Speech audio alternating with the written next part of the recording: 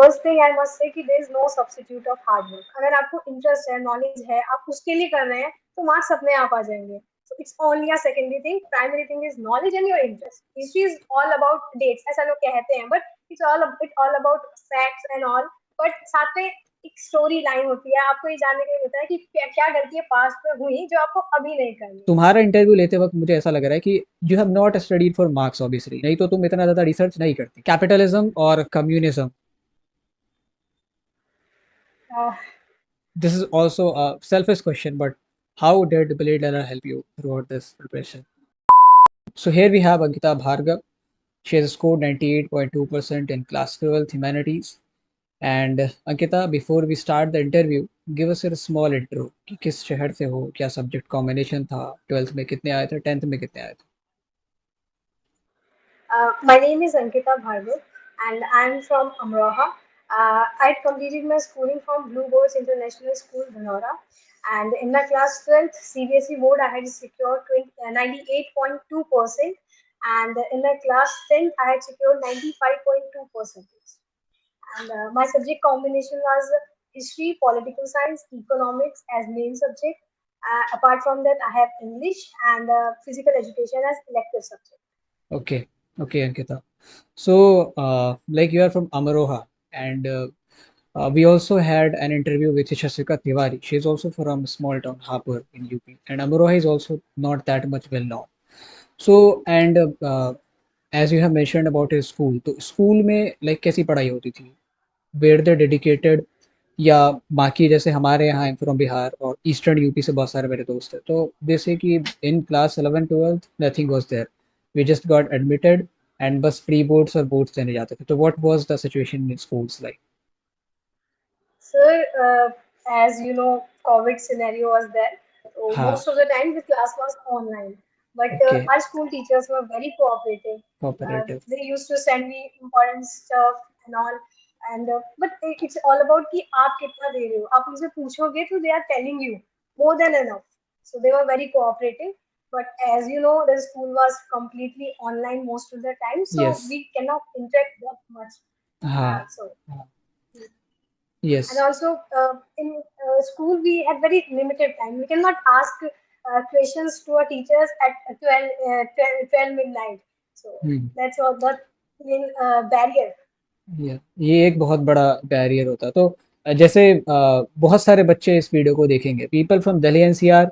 Delhi NCR में completely जो schools का इन्वायरमेंट होता है, इट इज़ वेरी कोऑपरेटिव, बहुत कोऑपरेटिव होता है, and this is the reason कि उनके यहाँ मतलब हर एक स्कूल से आप देखोगे तो 10 से 12 बच्चे होते हैं जिनके 95% प्लस आते हैं। That is very easy.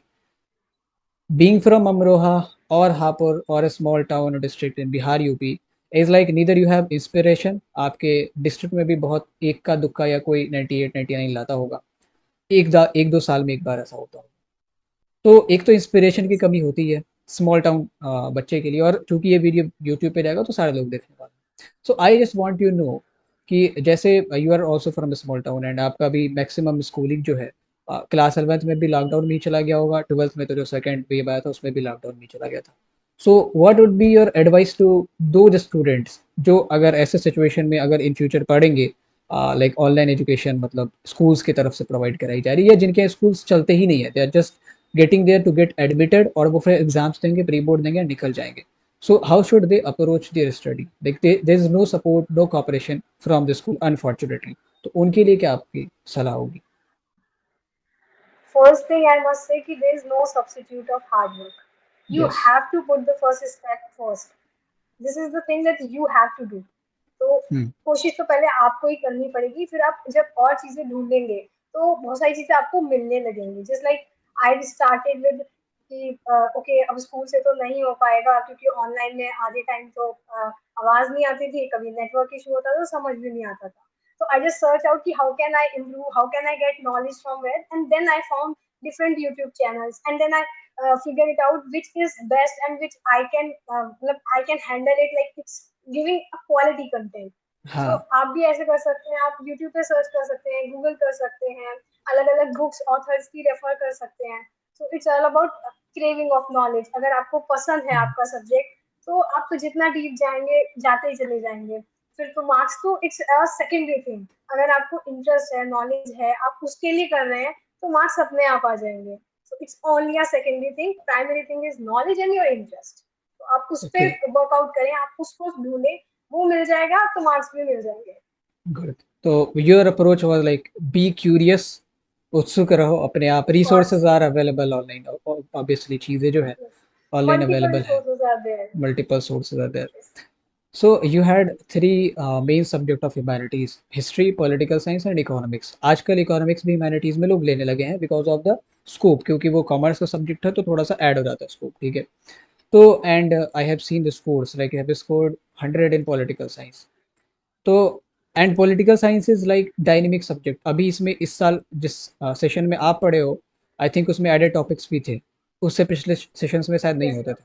तो ये जो एक डायनेमिक सब्जेक्ट है, ठीक है, and that needs a lot of interest. History में क्या है, चीज़ें आप थोड़ी सी रट भी सकते हो, टू बी फ्रैंक मैं पढ़ाता हूँ, मुझे पता है अगर दो तीन चैप्टर्स ऐसे हैं जिनको आप कंप्लीटली रट के भी निकाल सकते हो। पॉलिटिकल साइंस में हो सकता है ऐसा, ऐसी सिनेरियो ना हो। तो what should B approach, like अगर मैं ये नहीं कहता कि सब 100 ही स्कोर कर लेंगे, but to maximize your score in political science, a dynamic subject like political science, the way you have scored. I agree, that's so true that history is static, but polity is dynamic. Dynamic. Things changes. Like disintegration of USSR वाला chapter हमने वहाँ पे पढ़ा था, लेकिन वो वहीं पे खत्म नहीं हुआ। रशिया यूक्रेन क्राइसिस कहीं ना कहीं उसी का रिजल्ट है। तो you have Hmm. To look up to that, current में अपडेटेड रहना चाहिए। उससे आपको पॉलिटी में फायदा मिलेगा। Like I started with reading newspapers. Starting में बड़ा अच्छा Exactly. लग रहा था कि मतलब न्यूज़पेपर जा रहे हैं, और 3 घंटे 4 घंटे न्यूज़पेपर में ही जा रहे थे इन द वेरी स्टार्टिंग, मतलब like in March of class 12 in very starting. तो it was very very interesting thing कि मुझे जानने में मजा आ रहा था। I was seeing UPSC videos, वो अच्छी लग रही थी सुनने में, तो वही देखे जा रहे थे। फिर देन आई रियलाइज कि ये चीज तो बुक में भी है। अब जब टीचर ने वो स्कूल में ऑनलाइन क्लास में पढ़ाया एंड ही आस्क्ड क्वेश्चंस, तो वो क्वेश्चंस तो हमें पहले से उसके आंसर पता थे, क्योंकि हमने वो वीडियो देखी थी, पढ़ा था, तो वो अच्छा लग रहा था, तो उसकी वजह से याद रह गए। तो एंड एवरीबॉडी वाज शॉक्ड कि इसको कैसे मालूम। तो आप करंट में अपडेटेड रहिए, न्यूज़पेपर पढ़िए, पॉलिटी वहां से भी कवर हो जाती है, और आपको ज्यादा अच्छा समझ आता है अगर आप पहले से पढ़ते जाते हैं। लाइक जो भी आपके टीचर आपको पढ़ाने वाले हैं, तो अगर आप उसे एक बार पहले से रीड आउट कर लेंगे, तो अपने आप रिकॉल होने लगता है, और फिर आपको याद आता है कि ऐसा पर्टिकुलर जगह पे हमने ये चीज पढ़ी थी। तो ये तो पॉलिटिकली नहीं, सबके लिए है। और पॉलिटिकली स्पेसिफिकली आप करंट में अपडेटेड रहिए, जो जो इवेंट्स हो रहे हैं, like Russia Ukraine crisis, Taliban Afghanistan conflict, military coup या कुछ भी, तो म्यांमार का मिलिट्री coup, तो उसको आप देखते रहिए कि क्या क्या सर्टेन चेंजेस हो रहे हैं, क्या इसका इम्पैक्ट था, कैसे हम उसे पास्ट से रिलेट कर सकते हैं। तो उससे चीजें अपने आप आसान हो जाएंगी और सिंप्लीफाइड हो जाएंगी, तो आपको अपने आप समझ आने लगेगी। Okay, so you are saying कि अपार्ट फ्रॉम एनसीईआरटी, एनसीईआरटी तो वो तो करना ही पड़ेगा, this is your primary job. इसके अलावा पॉलिटिकल साइंस जैसे डायनेमिक सब्जेक्ट के लिए you have to be aware, अलग अलग चीज़ें जो हो रही है आसपास में उससे भी अवेयर रहना पड़ेगा, और पीछे की चीज़ें भी आप यूट्यूब से देखो। ये चीज़ मैं रिकमेंड करता हूँ, लाइक अफगानिस्तान क्राइसिस आज से 20 साल पहले शुरू हुआ था, और यूट्यूब पे बहुत सारे अच्छे कॉन्टेंट्स है, यू कैन वॉच देयर। ना केवल आपका इंटरेस्ट जगेगा, बल्कि आपके अगर सिलेबस में है तो it is possible, likely possible कि हो सकता है कि आपको एक दो पॉइंटर्स ज़्यादा मिल जाए आपके क्लासमेट से, जो कि उसने उसने अगर वो वीडियो नहीं देखी है, वो कंटेंट नहीं देखा है, आपने देखा है तो। सो पॉलिटिकल साइंस जैसे सब्जेक्ट में एक तो इंटरेस्ट जगाने के लिए भी ये वीडियोस बहुत इंपॉर्टेंट है, एंड नेक्स्ट एग्जाम्स पर्सपेक्टिव से भी ये आपके लिए बड़ा इंपॉर्टेंट हो जाता है। Likewise Apart from this, movies also movies played a also, great role, yes, can you not only suggest in some? polity but also in history. Yeah, I can suggest, like in 1962 war, Indo-China war. There is one web series. Okay, उसका नाम भी यही है, 1962, okay, 1971 करके एक movie है, एक partition movie है। और सिर्फ हिंदी, ओके, मतलब सिर्फ पॉलिटी में ही नहीं, हम हिस्ट्री के लिए भी ऐसा कर सकते हैं। हिस्ट्री के लिए एक सीरीज है, लाइक भारतवर्ष करके, जिसमें अलग अलग हिस्ट्री, भारतवर्ष, मतलब एबीपी न्यूज जैसा। और हिस्ट्री के लिए संविधान करके एक सीरीज है। Actually, I had completed chapter 15 from that only. I just okay, watched that video and then read the book, and it was so, मतलब like I was like कि okay, बहुत अच्छा जा रहा है कि ये तो हमने, और जिन नाम को लोग याद नहीं कर पाते थे उनको हम विजुअलाइज कर लेते थे, उन देख कैरेक्टर्स के रहा हूँ, नेम को। यस, जी, दिस इज द थिंग ना, तो जब आप विजुअलाइज करते कनेक्ट तो करते हो, याद नहीं करना पड़ता था। यस, जब आप कनेक्ट करते हो ना तो फिर रटना नहीं पड़ता। ये संविधान सीरीज मैंने जी उधर सर। मेंशन भी किया हुआ था, when I was explaining A live lecture, तो कहा था जिसके पास टाइम है आप देख यस सकते सर। हो। एंड वो बहुत बढ़िया से स्वरा भास्कर ने स्टोरी टेलिंग की है, वो तो भारतवर्ष में भी अनुपम खेर ने बहुत अच्छी स्टोरी टेलिंग की है। एक एक श्रीलंकन सिविल वॉर पे एक प्रधानमंत्री सीरीज है। प्रधानमंत्री सीरीज। प्रधानमंत्री करके यस, सीरीज है। वो भी बहुत अच्छी है। So I एक had एक watched all these. यस, एक और फिल्म है आपकी श्रीलंकन सिविल वॉर पे, लाइक मद्रास कैफे करके नाम है उसका। ये यस जॉन सर, अब्राहम एक की है, फैमिली मैन भी कहीं ना कहीं आप मतलब family man. Sri Lankan okay, crisis कर रहे हैं। तो यू कैन वॉच दीज, अगर आपको ऐसे कंटेंट ही कंज्यूम करने हैं तो why not these type of contents, तो ये भी आपकी बहुत मदद कर सकते हैं। ये हो गई हमारी पॉलिटिकल साइंस की बात। इकोनॉमिक्स को लेके बात करेंगे, इसलिए भी क्योंकि आपका सब्जेक्ट था, और इसलिए भी क्योंकि इकोनॉमिक्स हिस्ट्री और पोल साइंस से कम्प्लीटली डिफरेंट है। इसमें आपको ना थोड़ी ज़्यादा मेहनत करनी पड़ती है, प्रैक्टिस ज़्यादा करनी पड़ती है, मेहनत तो आपको बाकी में भी करनी पड़ेगी। सो how should someone score, like आपके इकोनॉमिक्स में भी अच्छे स्कोर था। तो बीइंग फ्रॉम, जैसे मैं एक स्टूडेंट का कंसिडरेशन, एक आप हाइपोथेटिकल एग्जांपल हो, कोई एक ऐसा बच्चा जिसने क्लास 10th तक की उसकी मैथ्स ठीक ठाक है, ठीक है, और उसने ह्यूमैनिटीज़ में इकोनॉमिक्स ले लिया है, तो what should B your advice, क्या करना चाहिए माइक्रो में और मैक्रो में, इन्हीं दोनों में ज़्यादातर जो है उसको मैथ्स के सामना करना पड़ेगा, तो what should be the approach. जैसे हार्ड वर्क का कोई सब्स्टिट्यूट नहीं होता, तो इको के लिए तो हमें इतना कहना, there is no substitute of practice. उसमें डायग्राम्स हैं, फ्लो चार्ट्स हैं, और क्या कहते हैं, न्यूमेरिकल्स हैं मैक्रो में, माइक्रो में भी न्यूमेरिकल्स हैं, बहुत सारी न्यूमेरिकल्स है। चीजें हैं। तो उनको बार बार नोट्स बना करके लिख करके, what I use to do was कि आई मेक, मतलब अब एक नोट हम स्टैटिक नोट्स बना लेते थे, जब पहली बार चैप्टर पढ़ा तो वो नोट्स बन गए, तो वो तो काफी डीप होते थे, उसमें बहुत सारी चीजें होती थी जो एनसीईआरटी के बाहर की भी होती थी। So it's completely out of interest वाले नोट्स। और एक नोट्स होते थे जो हम एग्जाम के पहले बनाते थे, उसको लिख लेते थे, तो हर बार नए नोट्स बनते थे जब भी हमारा एग्जाम होता था। एक पेपर वाले 1 पेपर नोट्स होते थे, तो बार बार लिखने की वजह से वो चीजें याद हो गई। तो आई मस्ट से कि I am not intelligent enough, लेकिन हाँ हार्ड वर्किंग वाला था कि लिख के पढ़ना है, ऐसे पढ़ना है, तो उसी से स्कोर आया था। अच्छा। आप ये कर सकते हैं, प्रैक्टिस करें बार बार और अपने नोट्स बनाएं। पीपल यूज टू फाइंड कि इसके नोट्स मिल जाए, उसके नोट्स मिल जाए, नो, अपने नोट्स बनाएं, वो बहुत हेल्प करते हैं। बाद में उसे देख के आपको ये चंबा होता है, okay you had made this, और या उसे लगता भी है कि like okay you had studied. वरना आप बुक पढ़ लोगे तो आपको कभी लगेगा ही नहीं पढ़ने के बाद कि अच्छा पढ़ाई करी है आज। तो नोट्स होते हैं तो लगता है कि अच्छा हाँ आज पढ़ाई करी, और एक सेल्फ सेटिस्फेक्शन रहता है रात को कि हाँ पढ़ाई करी। Okay. It's all about self, ultimate goal is happiness. जो करके आपको हैप्पीनेस मिल रही है वो काम कीजिए, चाहे नोट्स बना के कीजिए, अगर आपको एनसीईआरटी में मार्क करके मिल रही है तो you can do that. It okay, was all this. तो इकोनॉमिक्स के लिए एनसीईआरटी स्टिक रहे या रेफरेंस बुक ले सकते हैं? एक्चुअली एनसीईआरटी इकोनॉमिक्स की काफी ज्यादा मतलब ब्लड है, पुराना डेटा है, और बहुत पुराना सारी ऐसी सिलेबस चीजें भी हैं जो उसमें आपके से है। सिलेबस में भी नहीं है। हाँ। जी सर। तो एनसीईआरटी पे स्टिक रहना फॉर दिस इज नॉट, मतलब like I had not done so, I had taken TR Jain और वीके ओरी की बुक, वो भी सिर्फ इसलिए क्योंकि स्कूल में वही लगी हुई थी, तो हाँ, हमने उसी से रीड करा है। एनसीईआरटी इंडियन इकोनॉमी की देखी थी, मैक्रो में तो और माइक्रो में कभी नहीं देखी, ठीक है। सिर्फ तो इंडियन इंडियन इकोनॉमी की देखी इकोनॉमी थी, में, इंडियन इकोनॉमी में क्योंकि एनसीईआरटी हमें फिर भी लाइन चल मिल जाता जाती है। या इंडियन इकोनॉमी में क्योंकि आपको आंसर्स लिखने के लिए एनसीईआरटी की लैंग्वेज चाहिए होगी। ओके। बाकी टीआरजे वीके और एक ये रिकमेंडेशन हो सकता है, और ये आप धनपत राय पब्लिकेशन की थी, संदीप गर्ग की संदीप जो आता गर्ग। है, तो आप संदीप गर्ग की ले सकते हो। ओके। एंड यहाँ पे भी जो एक चीज़ कही आपने, प्रैक्टिस, लाइक डायग्राम्स, न्यूमेरिकल्स की तो प्रैक्टिस आपको करनी ही पड़ेगी, टू बी ऑनेस्ट, इसके अलावा कोई चारा नहीं है। बट डायग्राम्स बहुत सारे लोग सोचते हैं कि मैं इसको रट जाऊंगा, लेकिन वो जो यूटिलिटी वाला चैप्टर है उसमें डायग्राम्स नहीं रट सकते आप वो जब तक डेटा से नहीं बनाओगे खुद, जो बजट लाइन है और जितनी भी चीज़ें हैं, तो डायग्राम्स की भी आप प्रॉपर प्रैक्टिस करो, ठीक है। एक एक सेट ऑफ डायग्राम की लगभग 5 से 10 क्वेश्चन जब तक नहीं बनाते तब तक वो कॉन्फिडेंस नहीं आता। कंसिडरिंग द नोट्स, नोट्स भी आप खुद के बनाओ, इवन आप किसी भी चैनल किसी भी एजुकेटर से पढ़ते हो, उन्होंने अपने मटेरियल दिए हैं, फिर भी बनाओ, क्योंकि नोट्स बनाने से क्या होता है, आप एक तो चीज़ों लिखते हो तो वो और रिटेंशन बढ़ता है उसका, एंड दूसरी चीज़ जो आपने कही है वो भी बहुत अहम है कि भाई आपको लगता है कि दिस इज़ माइन, ये मैंने बनाया है, तो एक सेंस ऑफ अचीवमेंट भी इससे मिलता है। सो इकोनॉमिक्स के लिए अप्रोच आनी चाहिए, practice for the diagram, for the numericals, reference book का सहारा लो। आईडी के लिए हो सकता है कि एनसीईआरटी पे स्टिक रहो, बट आईडी के लिए भी मैं रिकमेंड करूंगा कि अगर रेफरेंस बुक रखोगे तो हो सकता है कि डेटाज उसमें अपडेटेड मिले। तो वो भी आप ले सकते हो। तो उसमें भी आप या तो संदीप गर्ग ले लो या टी आर जानवी की गोरी ले लो, डिपेंडिंग अपॉन क्या आपके स्कूल में पढ़ाया जाता है और किस किताब में आप ज़्यादा कंफर्टेबल हो। हिस्ट्री में आते हैं, what should be the approach, history में भी you have My score favorite. 99। That's my favorite subject. Like in my early of class 12, in very starting, I used to read only history, polity और वो तो side में बस्ते में था, economy ठंडे बस्ते में रहते थे, हम हिस्ट्री पढ़ते थे क्योंकि उसे पढ़ने में मजा आ रहा था। इट वाज लाइक कि okay I am just knowing about Harappan civilization starting में, और फिर आपके साथ शुरू करा तो जस्ट बढ़ता गया। तो आई वाज एक्सपेक्टिंग कि मार्क्स बहुत अच्छे ना आए, 98 99 आए, बट हिस्ट्री में 99 100 आने चाहिए।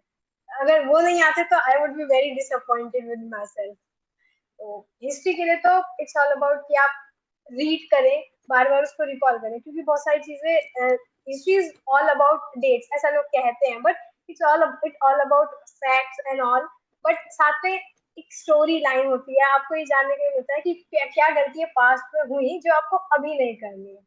तो हिस्ट्री इज मतलब लाइक आप बार बार पढ़ के, ज्यादा पढ़ के, और आउट ऑफ इंटरेस्ट पढ़ के, अलग अलग ऑथर्स की बुक्स को देख करके। Like my history teacher in my school, he gave me one book. Actually, he's preparing for civil services, so he had given me a book of medieval history. I read from that. वो काफी मोटी book थी, I just forgetting the name that people used to read when they are preparing for CSE. So I just forgetting the name. I read that book and it was complete, like it started from in our NCRT. It's all about some limited facts.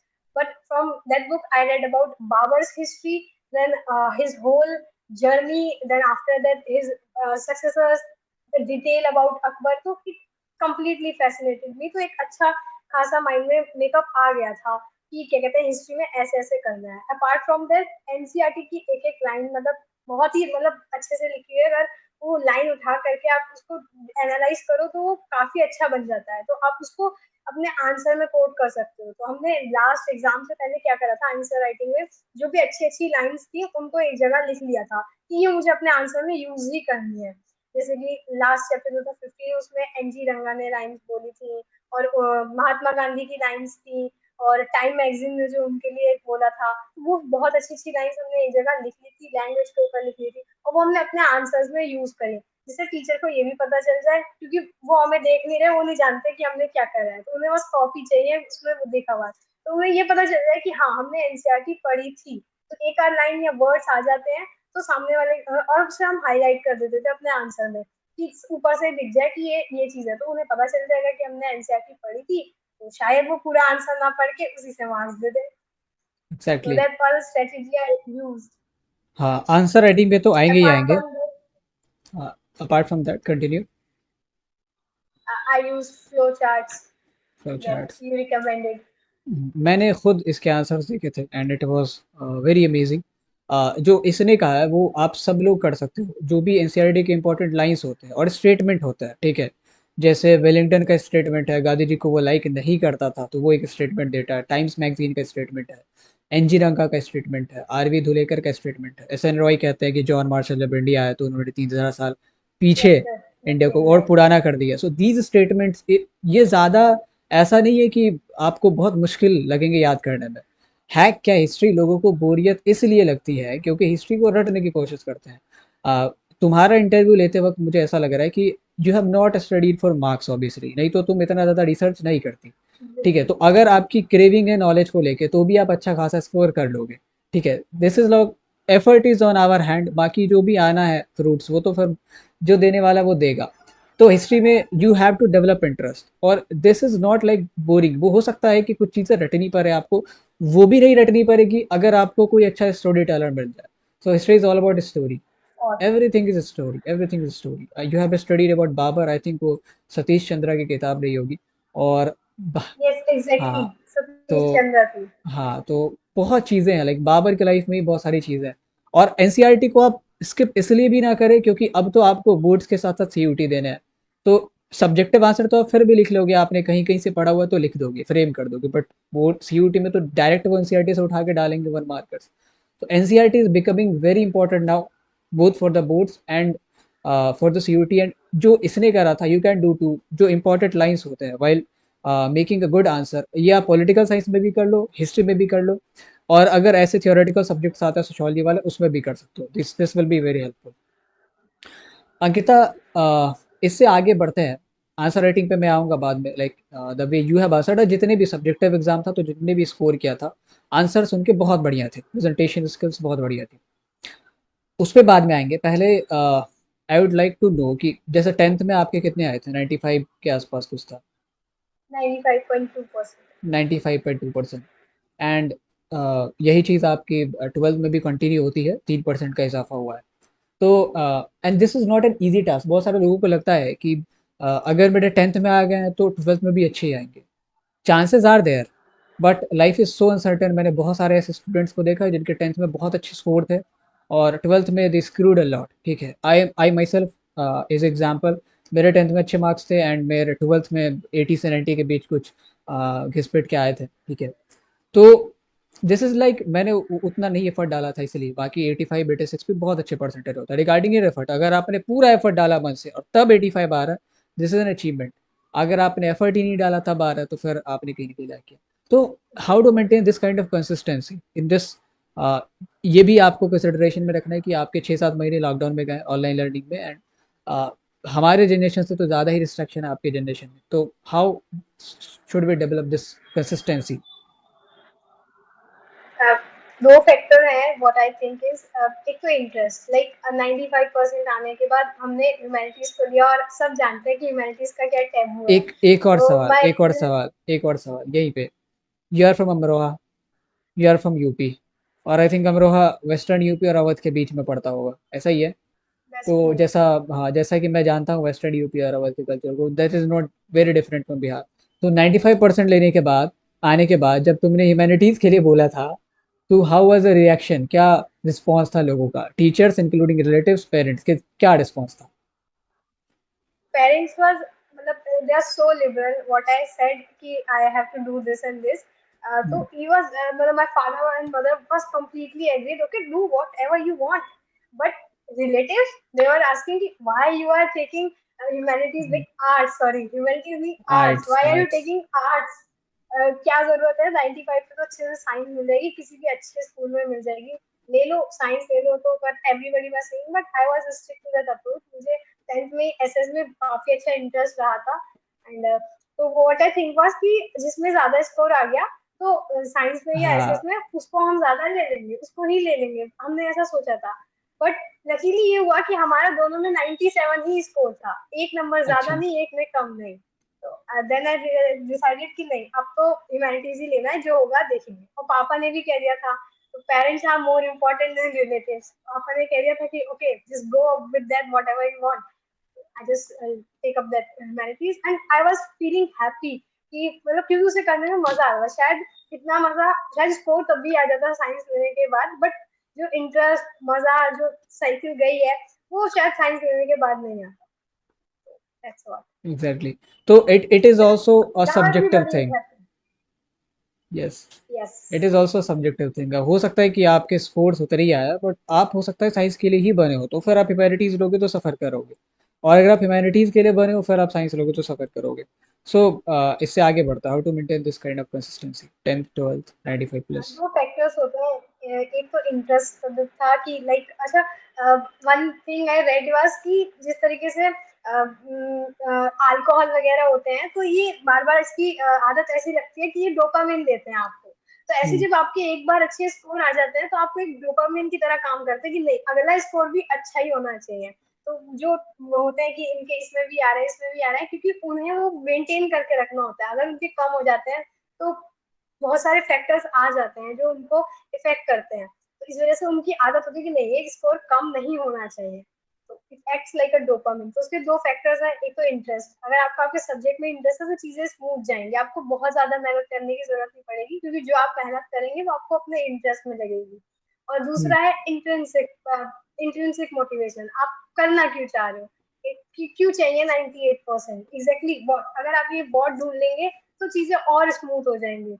It depend, it is very subjective कि intrinsic motivation क्या हो सकती है। Like कि आपको अपने parents को खुश करना है, या फिर आपको अपने फादर को खुश होते हुए देखना है कि ओके जब इतने सारे परसेंटेज आते हैं और रिलेटिव्स पूछते हैं तो उनके जो हैप्पीनेस होती है उसका कारण आप होते हो, ये हो सकती है इंट्रिंसिक मोटिवेशन, या फिर किसी को प्रूव करने के लिए हो सकती है। तो it all It can be this is anything. Subjective answer. Subjective. It हाँ, can be लेकिन anything. Okay. But you have to find what is your intrinsic motivation. Yes. So you have to find your objective behind taking humanities, and then consistency will automatically be there. वो आराम से हो जाएगी. Okay, this is also a good advice. एक बहुत अब ये सवाल आता अभी ये और ग्रोइंग क्वेश्चंस में से एक है, एंड खास करके जब पेरेंटिंग की बात आती है तो ये सवाल तो आता ही है। हम इस जनरेशन में है, लाइक ये जो जनरेशन आई है 2000 के बाद जो बॉर्न हुई है, me and you both are from this generation, इसको ना इलेक्ट्रॉनिक गैजेट बहुत जल्दी मिल गया। मेरे हाथ में फ़ोन आ गया था क्लास 11th में ही, मतलब स्मार्टफोन आ गया था, एंड यूट्यूब वॉज देयर, सारी चीज़ें थी, व्हाट्सएप वगैरह, टेलीग्राम लेट से आया, बट था डिस्ट्रैक्शन का तब भी साधन था। आपके समय में भी इलेक्ट्रॉनिक गैजेट आ चुके हैं। तो अभी एक कॉन्सेप्ट बड़ा पॉपुलर हो चुका है कि जैसे पेरेंट्स कहते हैं ना कि हमारा लड़का तो सारे दिन फ़ोन पे ही पढ़ाई करता है, ठीक है, लाइक एवरी टाइम ही और she is stick to the phone. तो यहाँ पे क्या है कि ऑनलाइन कॉन्टेंट्स तो बहुत सारे हैं, देयर इज़ अबंडेंस। ह्यूमैनिटीज़ में थोड़ी सी कम है, थोड़े से अच्छे क्वालिटी कॉन्टेंट्स कम है, बट वो भी समय रहते आ जाएंगे। यहाँ पे सेल्फ स्टडी का क्या रोल होता है to achieve any kind of milestone? जैसा आपने 98 किया है, किसी ने 99 किया होगा, किसी ने 10th में उसके 50% होंगे, वहां से उठ के वो 80 पे आया होगा, that is also very good achievement. तो वहां पे सेल्फ स्टडी का क्या रोल होता है इन दिस सिनेरियो, जहाँ पे आपके सामने हर एक चीज़ ना, जैसे आपने कहा कि नोट्स आप बनाते हो, that is basically the thing which takes effort. आपको नोट्स पीडीएफ कहीं से भी मिल जाएंगे, मैं प्रोवाइड करवाता हूँ, 10 और लोग करवाते हैं। तो यहाँ पे ये क्यों बनाना है, क्या इंपॉर्टेंस है इसकी, सेल्फ स्टडी, उसके इंपॉर्टेंस पे बताओ। That's so true, I agree कि लोगों को रख रखाव मार चाहिए, अगर उसे मिल जाएगा तो वो एफर्ट नहीं डालना चाहेंगे। नहीं डालेंगे। तो लाइक जी 2-2 घंटे की वीडियो देखने की जगह उनको 15 मिनट से 30 मिनट्स की वीडियो में अगर उनका चैप्टर खत्म हो रहा है तो वो वहां पर जाएंगे। That's so hmm. ट्रू। और मतलब I had analyse this series की जहाँ जो बड़ी बड़ी वीडियोस होती है 2 घंटे की या 3 घंटे की, वही सेम चैप्टर पे तो उसमें कम व्यूज होते हैं as compare to the video जो 30 मिनट्स की होती है या 45 मिनट्स की होती है। लेकिन वो मतलब उसमें इतना कंटेंट नहीं होता, वो आप पढ़ लेंगे, आप नंबर ले आएंगे और आप उसे हमेशा याद नहीं रख पाएंगे। याद आपको तभी रहेगा जब आप अपने एफर्ट्स डालेंगे, क्योंकि वही है ना कि आपको बार बार याद आएगा कि इसे करने में मैंने इतनी मेहनत की थी, तो मुझे ये याद रहना चाहिए। तो आप बार बार कोशिश करोगे कि वो याद रहना चाहिए। तो सेल्फ स्टडी तो ज़रूरी करनी चाहिए। आप यूट्यूब वीडियो देख करके सीख नहीं सकते, वो आपको सिखा सकते हैं कि देख ऐसे होता है, ऐसे होता है, बट करना कैसे है वो आपको खुद ढूंढना पड़ेगा। तो self study is very important. अब फिर चाहे आप किसी की हेल्प से कर लीजिए, बट अपनी खुद की करिए कि दूसरे को उसे समझने के बाद आपने अपने आप एनसीईआरटी पढ़ ली, कोई नोट्स बना लिए, तो that's the part of your self study. Video देखने को आप काउंटिंग मत करो कि आपने पढ़ाई करी है, वो आपने सीखा है, अब हम्म। आप असली सेल्फ स्टडी करोगे। तो वो हम्म। लोग तो आपको सिर्फ हेल्प कर सकते हैं कि आप ऐसा कर लीजिए, ये हुआ था, ये हुआ था, बट क्या हुआ था, कैसे करना है, याद कैसे रखना है, वो सब आपको ही करना है। तो अल्टीमेटली हर काम आपको ही करना है, तो शुरुआत भी आपको ही करनी पड़ेगी। हम्म। तो दिस इज द थिंग। तो इट्स वेरी वेरी इंपॉर्टेंट तो मैं सेल्फ भी यही स्टडी कहता इज। हूँ कि वीडियो जो है उसको सेल्फ स्टडी में सबसे कम वेटेज दो। जो आपने पेन कॉपी पे, नोटबुक में, किताबों में समय बताया है, वहाँ जो वक्त लगा है ना, that is actually your self study. Video तो हेल्पफुल होंगी, एंड ये भी चीज़ आपने सीखी कि भाई अगर एक चैप्टर है और कहीं पे अगर 2 घंटे का कंटेंट है, वही कंटेंट कहीं पे 25 मिनट में समझा दिया गया, तो ऑब्वियसली 25 मिनट और 2 घंटे वाले में बहुत फ़र्क होगा। ये चीज़ आप रियलाइज़ नहीं करोगे, हो सकता है आप इस वीडियो को देख के तब रियलाइज़ करो, क्योंकि बहुत सारे लोग करते हैं। अभी मैं 2 मिनट की वीडियो बनाने लग जाऊँ, 2 मिनट है पूरा chapter, there will be millions of views. One shorts में 2.5 घंटे के 3 घंटे का होता है, That's people are the like. reason why shorts are popular on Instagram. हाँ। Even YouTube is having shorts. कुछ दिनों में ट्विटर पे भी शॉर्ट्स आ जाएंगे। शॉर्ट्स तो क्योंकि हम लोगों का पेशेंस जो है वो कम होता जा रहा है हमारी कम जनरेशन होता का, जा वी रहा कैन है। Not stick to the video for hours and hours. तो इसलिए शॉर्ट्स ज्यादा फेमस है, तो इसलिए हाँ। लोग मतलब इट्स लाइक कि हमारा पेशेंस लेवल कम हो रहा है, उसी को बढ़ाने की जरूरत है। एंड इस जनरेशन को लेकिन थोड़ा सा लेकिन मैंने देखा है कि शॉर्टकट्स ज़्यादा पसंद है। शॉर्टकट्स ज़्यादा पसंद है। हमारे पिछले जनरेशन में शॉर्टकट्स नहीं जाते थे वो लोग, they use to work hard, very hard. तो उनको ऐसा लगता ही नहीं कि भाई आपने इतने आसानी से इतना कुछ अचीव कर लिया। तो this is the thing, self study has no substitute. What should be the ideal time? Like बहुत सारे बच्चे कहते हैं कि कितने घंटे की पढ़ाई करनी चाहिए। ये पहले क्लैरिफाई कर दो कि जैसे तुम्हारा 98.2% आया, 12 घंटे 14 घंटे तो कभी पढ़ाई नहीं की थी ना। Actually, I had read a book one the book recommended by my sister Nandini Bhargav. She's my sister. उसने मुझे एक बुक ओके। रिकमेंड करी थी ईट दैट फ्रॉग करके। तो उस बुक को मैंने पढ़ा था। वो थी मतलब उससे पहले हम टाइम टेबल बना के लिमिटेड टाइम में कि हाँ चलिए आज ये कंप्लीट करना है, इस तरह से कभी नहीं पढ़ी, इवन 10th में भी नहीं पढ़ा। स्कोर अच्छा था पर ऐसे कभी नहीं पढ़ा। तो हमने वो बुक रीड की थी। लॉकडाउन था जब, मतलब मार्च मई में लॉकडाउन लगा था, तब वो बुक रीड की थी। तो उसमें 21 वेज हैं जिससे आप प्रोकास्टिनेशन को रोक सकते हैं। तो I just read that book, और वो सच में इतनी इंटरेस्टिंग और मतलब अगर आप उसे फॉलो कर लें तो सच में आपको लगेगा कि दिन में आपको सेल्फ रात में सेल्फ सेटिस्फेक्शन होगा कि दिन भर आपने क्या करा है। तो I started making time table, और हमने 2 आवर्स से शुरू करा था कि 2 आवर्स डेली करेंगे सेल्फ स्टडी। और हम्म। ये 2 आवर्स फिर अपने आप बढ़ने लगेंगे, 2 से 4, 4 से 6, 6 से 8। और ये रेगुलर वाला था। और जिस दिन नहीं हो पाते थे वो 2 आवर्स ऑफ स्टडी, इतना अजीब लगता था कि लाइक कुछ रह गया, कुछ रह गया। द बुक क्रिएट, मतलब बहुत बड़ा इम्पैक्ट उसने क्रिएट करा कि अब हम हर चीज को टाइम टेबल के थ्रू करने लगे। तो रात को सेल्फ सेटिस्फेक्शन रहता था कि ये करा है। और टाइम का तो क्या है कि जो भी था वो कंसिस्टेंट था। अगर 2 घंटे चल रहे हैं हमारे, 2 से 2 रोज ही चलेंगे। कंसिस्टेंसी ज्यादा इंपॉर्टेंट है as compare to the time. आप टाइम को कम वेटेज दो, हम्म। लेकिन दो हम्म। घंटे पढ़ो, रोज पढ़ो, क्वालिटी चीज पढ़ो। और ये 2 घंटे आपके अपने आप बढ़ जाएंगे। लाइक हमारे तो बढ़ गए थे, बाकी आपके भी बढ़ जाएंगे, क्योंकि सबके बढ़ हमने जाएंगे। इसे 2 से 8 और सीयूईटी के टाइम पे तो ये हो गया था कि हम इसे 10 आवर्स तक ले गए थे, क्योंकि वहां पे बहुत कम टाइम था। हमारा पेपर भी 19 जुलाई को था। हम्म। तो इसे बस रोज के 10-11 घंटे करना, और पहले स्टार्टिंग में 2 घंटे पूरे नहीं हो पाते थे। तो ये भी हो जाएगा, बस कंसिस्टेंसी से आप करते रहे। Hours doesn't matter, what matters is Yeah. Consistency.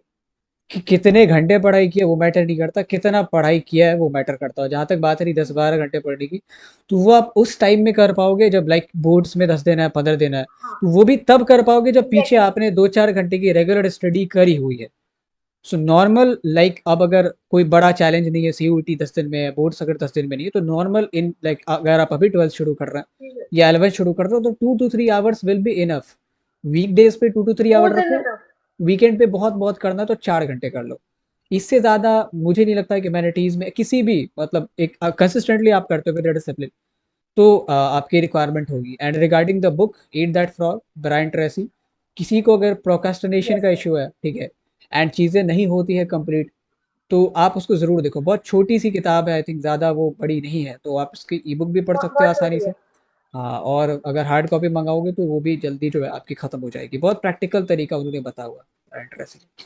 So this is the thing, you should make time for self study. Self study से ही रिलेटेड एक सवाल और आता है, जो कि अभी बच्चे ज़्यादा पूछने लगे क्योंकि वो 12th में गए एंड रिजल्ट अभी नए नए आए। तो वो पूछते हैं कि सर कब हमारा सिलेबस कंप्लीट होना चाहिए? लाइक हमारे बोर्ड्स अभी मार्च में होंगे और अब टर्म 1 टर्म 2 हटा दिया गया है, तो पूरा सिलेबस आपका पूछा जाएगा, लाइकली टू भी यही होगा। तो कब हमारा सिलेबस कंप्लीट होना चाहिए for you? What should be the ideal time? जैसे हमारे टाइम पर, मतलब देख हमारा जो सेशन था उसमें टर्म 1 टर्म 2 वाला था। तो हम्म। अब हमारे को ये था कि आपको टर्म 1 तो कंप्लीट करना ही है, साथ में आपको टर्म 2 के लिए कम टाइम मिल रहा था। तब कम टाइम मिल सीयूईटी रहा था। जैसा कुछ नहीं था, तभी टर्म 1 और टर्म 2 ही था। तो सीयूईटी हम्म। को तो हटा लें अगर हम, तो हमें अपना सिलेबस जो था कि वो शायद दिसंबर में टर्म 1 हुए थे। तो हम्म। हमने क्या करा था कि अपना जो आधे से ज्यादा सिलेबस था टर्म 2 का, वो दिसंबर से पहले एक एक बार पढ़ लिया था, और कुछ चैप्टर्स हम्म। बचे थे उनको रख दिया था कि वो आफ्टर टर्म 1 पढ़े जाएंगे। तो अब यहाँ पे एक कंबाइन है, लास्ट तक करना है, तो आपको लगभग दिसंबर तक आपका सिलेबस कंप्लीट हो जाना चाहिए एक एक बार पढ़ के। ठीक है, अगर आपका एग्जाम है तो उसमें आपने दोबारा दोबारा पढ़ लिया, वो तो एग्जाम की वजह से पढ़ा, लेकिन पूरा सिलेबस दिसंबर एंड तक खत्म हो जाना चाहिए। उसके बाद आप रिवाइज कीजिए उसको, क्योंकि रिवीजन इज द की। जितना आप रिवाइज करोगे उतनी बार उतना ज्यादा अच्छा आपका स्कोर होगा।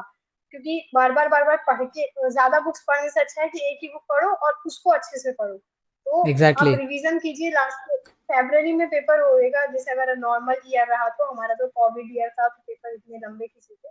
नॉर्मल ईयर तो फरवरी कि लास्ट और मार्च तक होगा, तो 2 महीने तक आप रिवीजन करो, उसमें आपके प्रैक्टिकल्स भी होने हैं, सैंपल पेपर लगाओ, बस इसी में आपको दिसंबर तक खत्म कर लेना चाहिए। बहुत बहुत अगर लेट लेट लगा के देखें बहुत लेट, तो दिसंबर तक हो जाना। आइडियली 1.5 से 2 महीने पहले बोर्ड्स के आप कर लो। एंड द सिलेबस कंप्लीशन, जैसा अंकिता ने कहा है, उसी को मैं रिपीट करना चाहूंगा। The syllabus completion is not like आपने 15 चैप्टर है तो एक एक बार पढ़ लिया है। It should be combined with the revision, proper revision. एक बार तो कम से कम रिवाइज किया ही होगा। Note notes and notes plus भी होने आपने चाहिए आपके पास। At least answer writing, sorry, NCERT के जितने भी क्वेश्चन है उनकी आंसर राइटिंग कर ली। ओके, फिर बाद में आप क्वेश्चन बैंक से क्वेश्चन लगाओ, सैम्पल पेपर्स लगाओ, वो आता है। एंड ये भी अब चूंकि ये सब्जेक्टिव एग्जाम ही होने वाला है, अब तो टर्म वन टाइप कुछ होगा नहीं, और ऑब्जेक्टिव भी आपका एक सीयूटी के तौर पे आता है, तो अभी बच्चों को दोनों अप्रोच रखना है। तो मैं जब आपको एक सलाह ये दूंगा कि जब आप अभी किताब पढ़ो ना, तो बोर्ड्स के लिए टाइमलाइंस वगैरह या पर्पल बॉक्स ब्लू बॉक्स उतने इंपॉर्टेंट नहीं है। लेकिन अब चूंकि आपके सीयूटी भी होने वाला है, तो आप ना सारों को पढ़ लो। मतलब शुरू लाइन से लेके जब तक चैप्टर खत्म होता है एक एक चीज पढ़ लो। इनके टाइम में रिक्वायरमेंट नहीं थी, इनको दोबारा पढ़ना पड़ा था सीयूटी के लिए। आप जब पढ़ो अब चैप्टर तो सारा पढ़ लो। ओके, एक और चीज़ यहाँ पे आती है, जैसे हमने बात की बोर्ड्स को लेके सब्जेक्टिव एग्जाम होता है, तो हमारे पास टू बी ऑनेस्ट अगर मैं आपसे एक सवाल पूछूं कि भाई रिवोल्ट ऑफ 1857 के क्या क्या सोशल काउजेस थे, 2-3 पॉइंट्स होंगे, जो आपके पॉइंट्स होंगे वही मेरे पॉइंट्स होंगे, सिमिलर। ये तो चलो 2-3 मार्क्स का आ गया। अगर मैंने कुछ ऐसा 6 मार्क्स का पूछा बड़ा लंबा चौड़ा, उसमें भी कंटेंट मेरा और तुम्हारा अगर हम दोनों ने उस चैप्टर को पढ़ा तो बहुत सिमिलर होगा। वहाँ पे 2 चीज़ें मैटर करती है। एक तो आपने कितनी उसकी प्रैक्टिस करी हुई है, जिससे कि आप उस आंसर को जहाँ पे मैं 10 मिनट में लिखूँगा, उसे आप साढ़े 7 मिनट में कर पाओ, 7 मिनट में कर पाओ। एक तो वहाँ पे टाइम बचेगा, और दूसरा आप कैसे उसे प्रेज़ेंट कर पाते हो। जैसा कि आपने कहा कि मैं फ्लो चार्ट्स बनाती थी, एंड कभी-कभी आप फिगर्स भी बनाते थे, झरोखा दर्शन का मुझे याद है ये सब। तो वो चीज़ यस कैसे सर। डेवलप करे कोई स्टूडेंट? उसे कुछ भी नहीं पता, 10th तक तो हमारी आंसर राइटिंग कुछ भी नहीं होती है। कोई रिक्वायरमेंट नहीं है 10th तक, तो वो नहीं, कैसे डेवलप करे? प्रैक्टिस। आप प्रैक्टिस। देखो अलग अलग आंसर देखो, टॉपर्स आंसर देख लो आप, कि वो किस तरीके से लिख लेते हैं आंसर, वो हुँ, सीबीएसई की वेबसाइट पर रहते हैं। हुँ। अदरवाइज आप एक मतलब 2018 बैच के सिविल सर्विसेज का पेपर दिया था उन्होंने, उनकी ऑल इंडिया रैंक 2 आई थी, अक्षत जैन। अक्षत जैन, आप जानते ही होंगे। हाँ, जी, तो हमने उन्होंने उनकी शेयर भी किया मतलब हुआ है यूट्यूब पे। रिकमेंडेशन वीडियो आ गई थी हाँ, या, तो हमने उनकी वो वीडियो देखी थी और वो काफी अच्छी लगी कि जैसे उन्होंने अपनी आंसर राइटिंग की एज पर सिविल सर्वेंट बताई थी, पर उसे देख करके हमें लगा कि राइट, हम भी ये ट्राई कर सकते हैं। तो हमने एक मॉडल आंसर मतलब एक क्या बोलते हैं ब्लूप्रिंट बना लिया था अपने आंसर का कि भाई एक हेडिंग लाइन जानी है, एक पॉइंट जाना है, उसका इंट्रो जाना है, अगर फ्लो चार्ट बनता है तो बनाना है किसी भी तरीके से। वो आपको इन प्रैक्टिस अपने आप डेवलप हो जाएगा कि इसको हम ऐसे बना सकते हैं, एरोज दे सकते हैं, सर्कल में आ सकता है। मेरे साथ तो 12th के बोर्ड में ये हुआ था कि जो मेरे प्रिपेयर्ड आंसर थे उनमें से कुछ भी नहीं आया था, जो मेरे फ्लो चार्ट कुछ स्टैटिक थे कि अगर ये आया, अगर मुगल कोट आया तो मैं एक मुगल कोट का रफ डायग्राम बनाऊंगी, ये तय था, लेकिन इससे कोई क्वेश्चन नहीं आया और मुझे वहीं पर इंस्टेंटली कुछ ना कुछ बनाना था। तो जो मैंने प्रिपेयर भी नहीं करा था मुझे वहीं पे वो बनाना पड़ा था और वो बन गया था, वो काफी अच्छा बना था। तो ये ऐसा नहीं कि जो आपने प्रिपेयर कर लिया है वही है, वो उसकी वजह से आपके और भी काफी सारे डेवलप हो चुके हैं इनलाइन, बस आपको पता नहीं चला, वो वहीं पे काम आते हैं।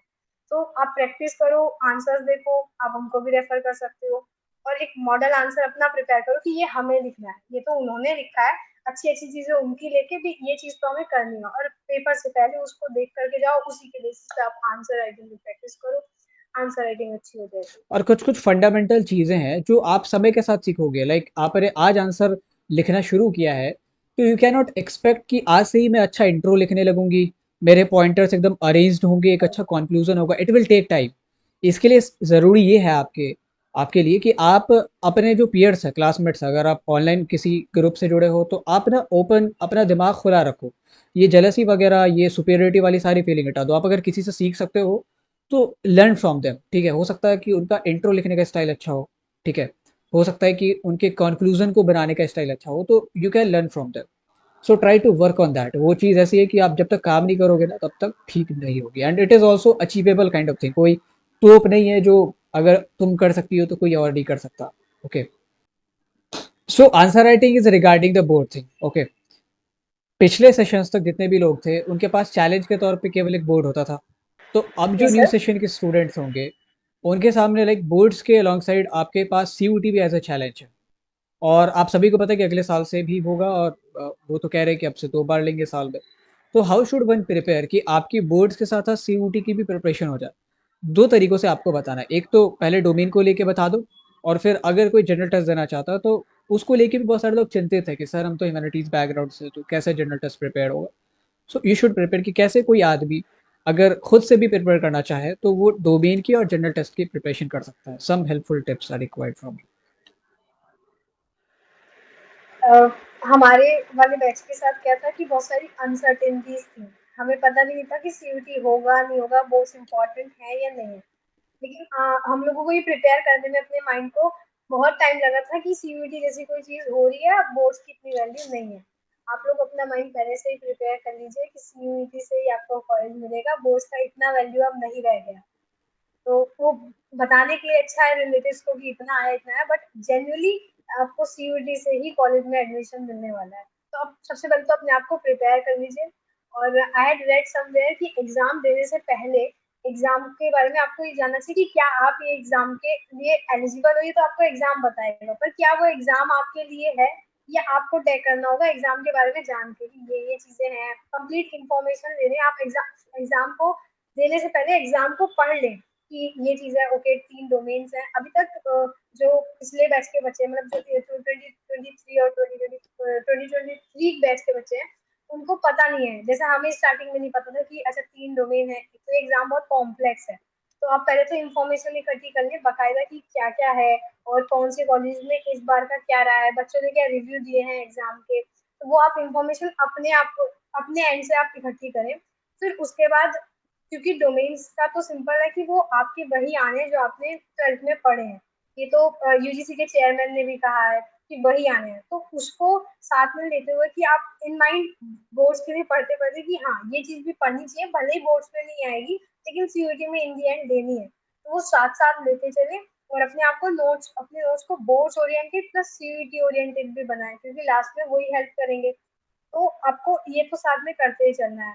फिर उसके अलावा इंग्लिश, तो इंग्लिश का तो ऐसा है कि वो जो इंग्लिश पूछी जा रही है वो आपने 11th 12th में नहीं पढ़ी है। जैसे कि हमने नहीं पढ़ी थी 10th तक जो थी, तो वो थी, लेकिन 2 साल तक हमने नहीं पढ़ी थी। बोर्ड इंग्लिश में लिटरेचर और राइटिंग आती है, grammar, common errors, spotting errors वगैरह ये सब नहीं आते।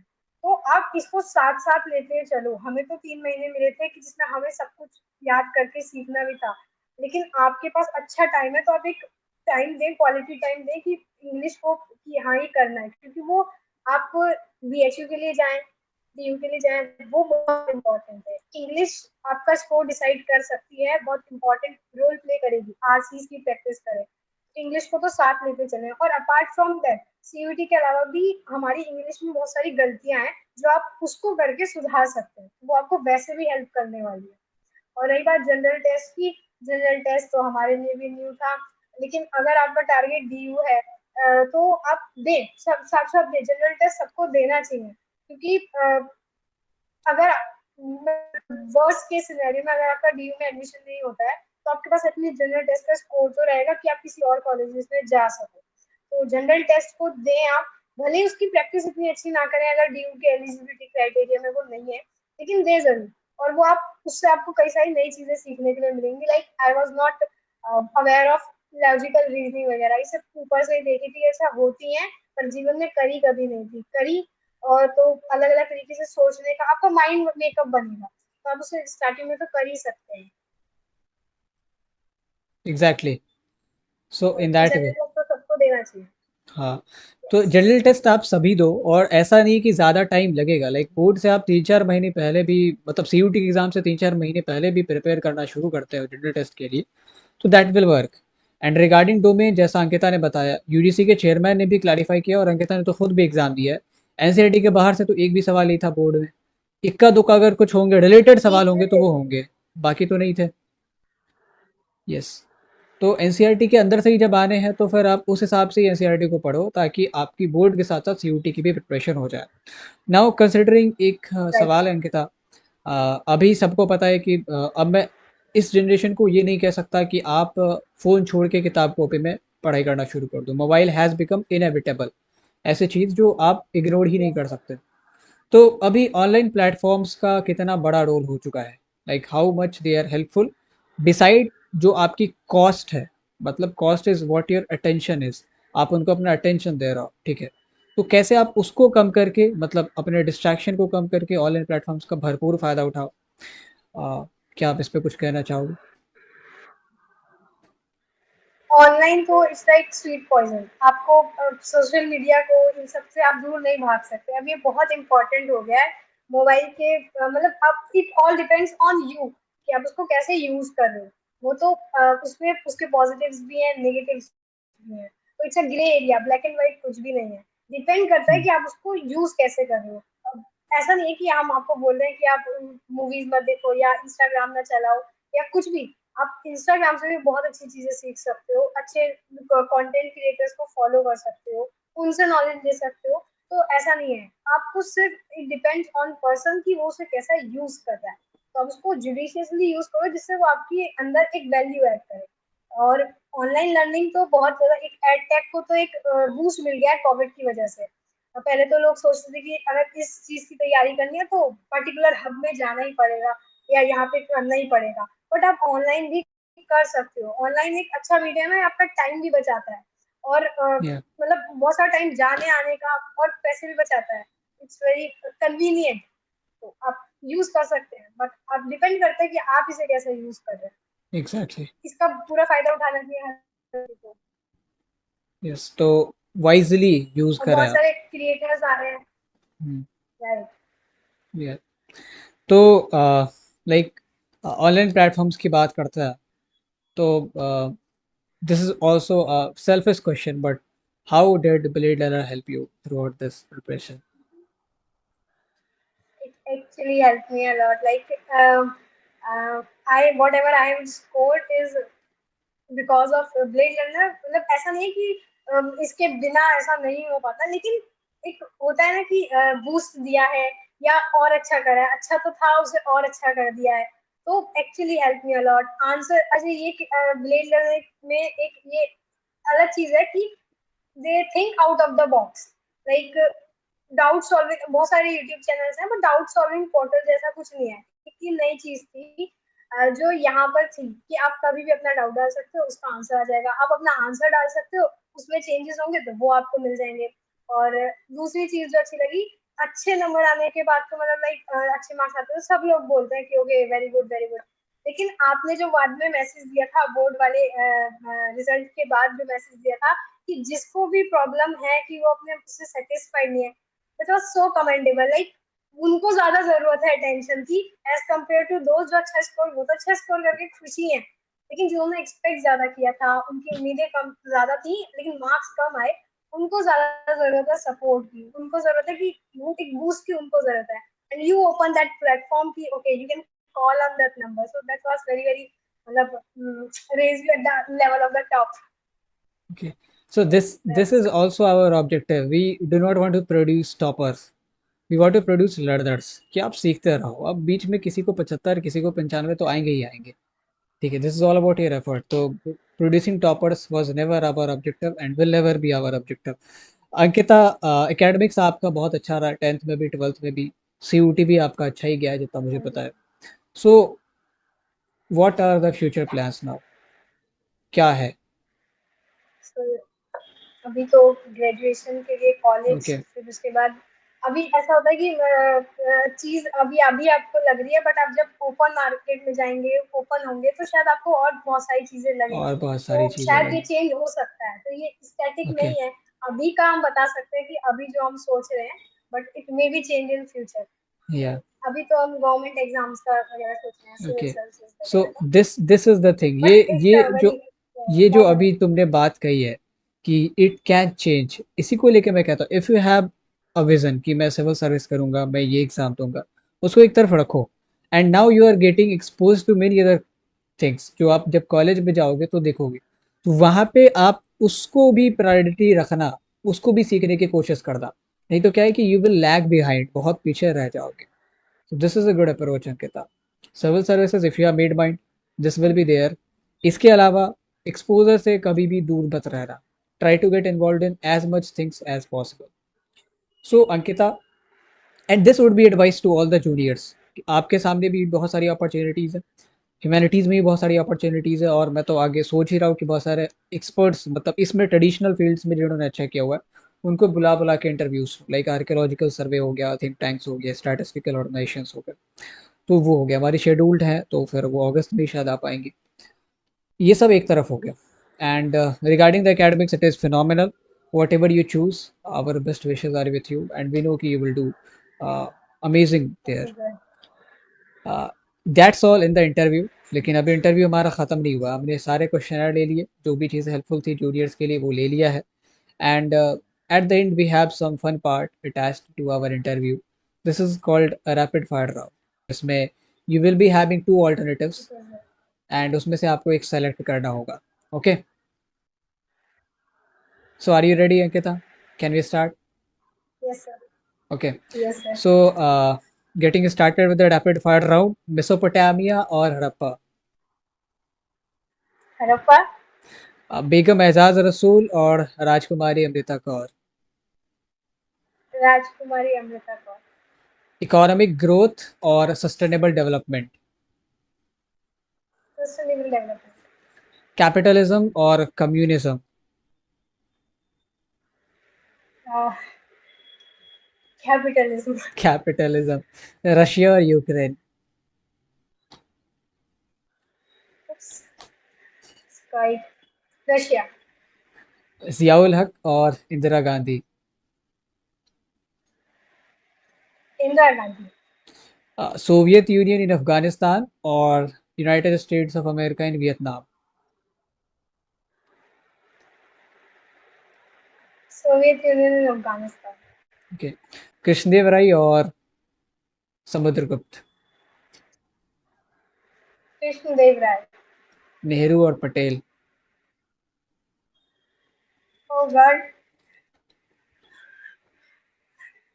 So पास का ऑप्शन है? नहीं है, इसमें तो सब्जेक्टिव भी नहीं है ये।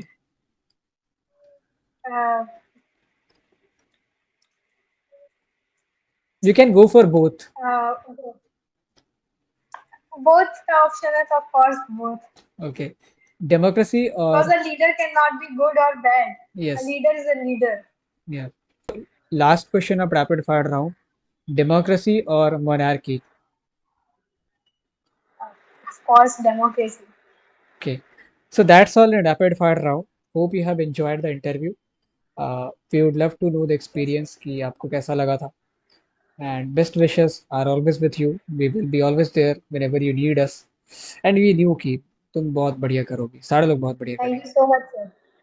Okay, Thank you so much, sir. okay, okay Ankita, so great having an interview to you, and hope कि ये जो है juniors को बहुत No, मदद sir, करेंगे। it's a great conversation with you. It's a great pleasure for me to have conversation with you, sir.